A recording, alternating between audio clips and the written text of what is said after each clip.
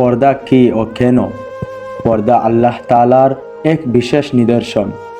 যেহেতু নারী ও পুরুষের জন্য পর্দা করা ফরজ, এর সুফল ইহকাল ও পরকালে পাওয়া যাবে। কিন্তু বেপর্দার জন্য ইহকালে ও কুফল এবং পরকালেও অনন্ত শাস্তির স্থান। জান্নাত হতেও চিরকালের জন্য বঞ্চিত হবে। প্রত্যেক মানুষকেই মরতে হবে, কাজেই দুনিয়াতে কষ্ট করে হলেও পর্দা করাতেই মঙ্গল। আল্লাহ পাক বলেন, মহিলারা যেন বড় চাদরের ঘুমটা দ্বারা তাদের চেহারা আবৃত করে রাখে। নবী করিম সাল্লাল্লাহু আলাইহি ওয়াসাল্লাম বলেছেন, মহিলারা যেন তাদের পায়জামা পায়ের গোছা হতে এক বিগত পরিমাণ নিচে নামিয়ে দেয়। একথা শুনে হযরত উম্মে সালমা রাদিয়াল্লাহু তাআলা আনহা বললেন, এ অবস্থা তো তাদের পায়ের টাকনু হতে নিচের অংশ খোলা থাকবে। নবী করিম সাল্লাল্লাহু আলাইহি ওয়াসাল্লাম তখন বললেন, তবে এক হাত নিচে নামিয়ে দেবে। কুরআনের অন্য এক আয়াতে বলা হয়েছে, তোমরা তোমাদের ঘরের ভিতরে অবস্থান করো। আল্লাহ রাব্বুল আলামিন পবিত্র কুরআনে আরো বলেন, যখন তোমরা নিজেদের ব্যবহারের জন্য তাদের নিকট হতে কোনো জিনিস চাবে, তখন পর্দার আড়াল হতে চাবে। অন্য এক আয়াতে আল্লাহ পাক বলেন, মহিলাদেরকে তাদের ঘর হতে বের করে দিও না, আর তারা নিজেরাও যেন বের না হয়। পর্দার গুরুত্ব কি? হযরত আয়েশা রাদিয়াল্লাহু তাআলা আনহা বলেন, একজন মহিলা নবী করিম সাল্লাল্লাহু আলাইহি ওয়াসাল্লাম এর কাছে চিঠি দেওয়ার জন্য পর্দার আড়াল হতে হাত বাড়িয়েছিল। এই হাদিসে মহিলাদের স্বয়ং নবী করিম সাল্লাল্লাহু আলাইহি ওয়াসাল্লাম এর নিকট হতেও পর্দার বিষয় উল্লেখিত হয়েছে। আবু সাইয়্যিদ খুদরি রাদিয়াল্লাহু তাআলা আনহু হতে বর্ণিত আছে যে, সদ্য বিবাহ করা একজন সাহাবী নবী করিম সাল্লাল্লাহু আলাইহি ওয়াসাল্লামের নিকট হতে বাড়ি ফিরে লক্ষ্য করলেন যে তার স্ত্রী ঘরের দরজার মাঝখানে দাঁড়িয়ে রয়েছে। স্ত্রীর এরূপ পর্দাহীনতা দেখে সাহাবী অস্থির হয়ে পড়লেন এবং স্ত্রীকে বর্শা দিয়ে আঘাত করতে উদ্যত হলেন। পর্দার হুকুম। কুরআন পাকে যে সকল আয়াতে পর্দার আদেশ করা হয়েছে তা এখন বলা হবে। হে নবী, মুমিন পুরুষগণকে বলে দিন, তারা যেন তাদের দৃষ্টি অবনীত রাখে এবং যৌন পবিত্রতা রক্ষা করে চলে। ইহাই তাদের জন্য পবিত্রতম পন্থা। নিশ্চয়ই তারা যা কিছুই করে আল্লাহ তা জানেন।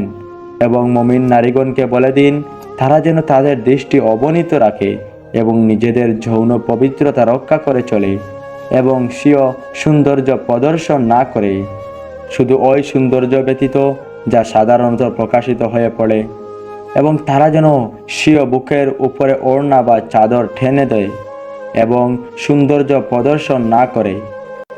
এই সকল লোক ব্যতীত যথা স্বামী, পিতা, শ্বশুর, পুত্র, তৎপুত্র, ভ্রাতুষ্পুত্র, ভাগিনে, আপন স্ত্রীলোকগণ, স্বীয় দাস, নারীর প্রতি স্পৃহাহীন সেবক এবং ওই সকল লোক এবং ওই সকল বালক যারা নারীর গোপনায় বিষয় সম্পর্কে অবহিত হয় নাই, উপরন্তু তাদেরকে আদেশ করুন যে তারা যেন পথ চলার সময় এমন পথদানি না করে যাতে তাদের অপ্রকাশিত সৌন্দর্য পথদানিতে প্রকাশিত হয়ে পড়ে। হে নবীর বিবিগণ, তোমরা তো সাধারণ নারীদের মতো নও। যদি পরহেজগারি অবলম্বন করার ইচ্ছা থাকে তাহলে বিনাইয়া কথা বলিও না, কারণ এর ফলে যাদের অন্তরে খারাপ বাসনা আছে তারা তোমাদের উপরে এক ধরনের আশা পোষণ করে বসবে। সহজ সরলভাবে কথা বলিও, আপন করে থাকিও এবং অতীত জাহিলিয়াতের ন্যায়েরও যৌবনের প্রদর্শনীয় করে বেড়াইও না। হে নবী, আপন বিবি, কন্যা এবং মুমিন মহিলাদের বলে দিন, তারা যেন তাদের শরীর ও মুখমণ্ডল চাদর দ্বারা আবৃত করে রাখে। এ সকল আয়াত সম্পর্কে চিন্তা করে দেখুন, পুরুষকে তো শুধু এতটুকু তাকিদ করা হয়েছে যে তারা যেন তাদের দৃষ্টি অবনমিত রাখে এবং যৌন অশ্লীলতা হতে আপন চরিত্রকে বাঁচাইয়া রাখে, কিন্তু নারীদের প্রতি উপরিউক্ত দুইটি আদেশ তো করা হয়েছে। উপরন্তু সামাজিকতা ও আচার আচরণ সম্পর্কেও অতিরিক্ত নির্দেশ দেওয়া হয়েছে।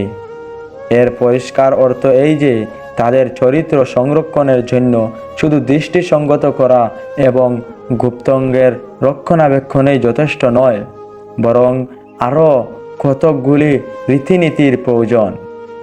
এখন আমাদেরকে দেখতে হবে যে নবী করিম সাল্লাল্লাহু আলাইহি সাল্লাম এবং সাহাবায়ে কেরাম রাদিয়াল্লাহু তাআলা আনহু এই নির্দেশগুলিকে কিভাবে ইসলামী সমাজে রূপায়িত করেছিলেন, এই সকল নির্দেশের প্রকৃত মর্ম কী এবং কিভাবে এইগুলি কার্যকর করা যায়, তাদের কথা ও কাজ এ সম্পর্কে কোনো আলোকপাত করে কি, তা আমাদেরকে দেখতে হবে। এখন আমি যাদের সামনে দেখা যায় তাদের নাম বলবো। বাপ, দাদা, নানা, চাচা, মামা, আপন ভাই, দুধ বাপ, পুত্র, পুত্রের আপন, পুত্রের পুত্র নিয়ে যত আছে, কন্যার পুত্র নিয়ে যত আছে, সৎ পুত্র, সৎ ভাই, ভাই পুত্র, বোন পুত্র, দুগ্ধ পালিত পুত্র এর নিচে যত যাবে, দুগ্ধ পালিত কন্যার পুত্র, শ্বশুর, দামাদ, রেজাই দামাদ, এ সকল পুরুষগণ স্ত্রীলোকের মহারিম। এদের সাথে দেখা সাক্ষাৎ করা জায়েজ আছে। জেনে রাখা দরকার যে এসব লোকদের সামনে শুধুমাত্র মুখ ও উভয় হাতের পাতা খোলা রাখা যাবে। এখন আমি যাদের নাম বলবো তাদের সামনে দেখা নিষেধ। আপন চাচাতো ভাই, মামাতো ভাই, ফুফাতো ভাই, খালাতো ভাই, খালু, ফুফা, চাচাতো মামু, আরও অনেক রয়েছে। একদা হজরত রাসূল সাল্লাল্লাহু আলাইহি সাল্লামের স্ত্রী হজরত বিবি আয়েশা রাদিয়াল্লাহু তাআলা আনহু ও তার পিতা হজরত আবু বকর সিদ্দিক রাদিয়াল্লাহু তাআলা আনহু এ দুজনে কোনো নির্জন স্থানে বসে কোনো বিষয়ে পরামর্শ করছিলেন। হুজুর আকরাম সাল্লাল্লাহু আলাইহি ওয়াসাল্লাম সেখানে পৌঁছে দেখলেন তাদের মধ্যে একটি শয়তান বসে রয়েছে। অমনি তিনি রাগ করে বললেন, খবরদার, কখনো এরূপ নির্জন স্থানে বসবেন না, কারণ আপনাদেরকে ধোঁকা দেবার জন্য একটি দুষ্ট শয়তান আপনাদের মাঝখানে বসেছিল।